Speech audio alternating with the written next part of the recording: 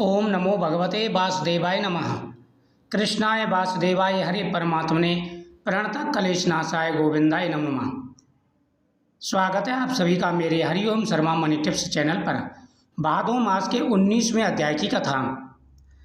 एक समय की बात है, भाद्रपद मास में एक नगर में धर्मनिष्ठ ब्राह्मण बहुत बड़ा भक्त हुआ था। भाद्रपद मास में वह भगवान की पूजा नियमित रूप से करता था।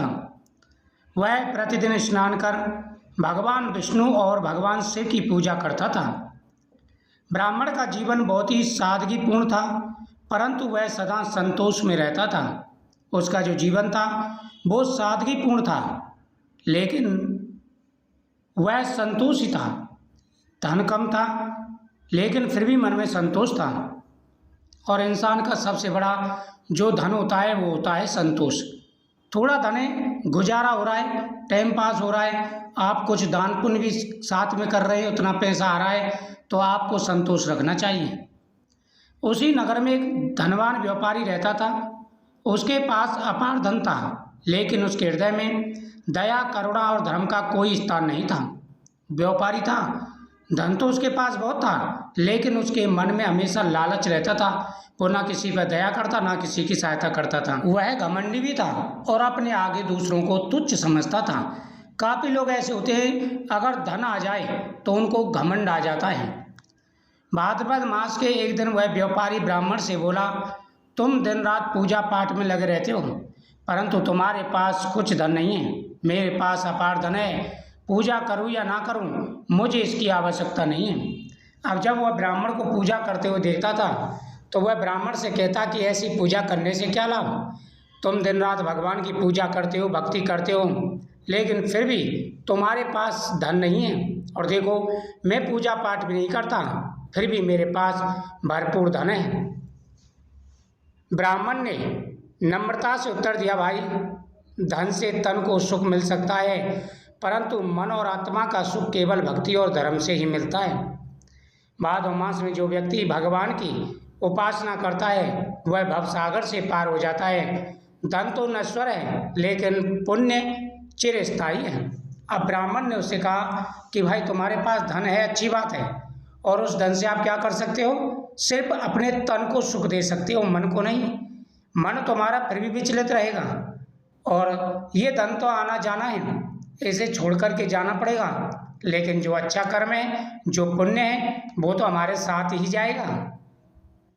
वह तो वहाँ जाकर के गवाही देगा कि इस व्यक्ति ने अच्छे कर्म किए या बुरे कर्म। धन साथ नहीं जाता, अरबों खरबों कितना भी कमा लेना, सब यहीं पड़ा रह जाएगा। व्यापारी ने यह सुनकर उपास किया और चला गया, परंतु उसी रात उसे स्वप्न में यमदूत दिखाई दिए और बोले, हे व्यापारी, तेरा जीवन केवल लोभ और अहंकार में बीता है। तूने कभी किसी के लिए दान पुण्य नहीं किया, कोई व्रत आदि नहीं किया।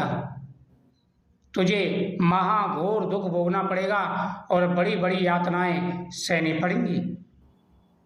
पिछले अच्छे कर्मों के कारण तुझे इतना धन प्राप्त हुआ है, लेकिन अब तूने कोई अच्छा कर्म नहीं किया, इसलिए तुझे सावधान रहना चाहिए। हे व्यापारी, तेरा जीवन केवल लोभ और अहंकार में बीता है। तूने कभी भादों मास में दान, व्रत या पूजा नहीं की, इसलिए तेरे सारे धन का कोई मूल्य नहीं है। व्यापारी भयभीत होकर नींद से जाग गया। सुबह उसने ब्राह्मण के पास जाकर क्षमा मांगी और भाद्रपद मास के व्रत, दान और पुण्य का संकल्प लिया। उसने अन्न, वस्त्र और गोदान का संकल्प लिया। भगवान विष्णु उस व्यापारी की भक्ति से प्रसन्न हुए और उसे दीर्घायु तथा सुख समृद्धि का वरदान दिया। केवल धन से जीवन सफल नहीं होता, भक्ति, दान और धर्म भी मनुष्य का सच्चा सहारा है।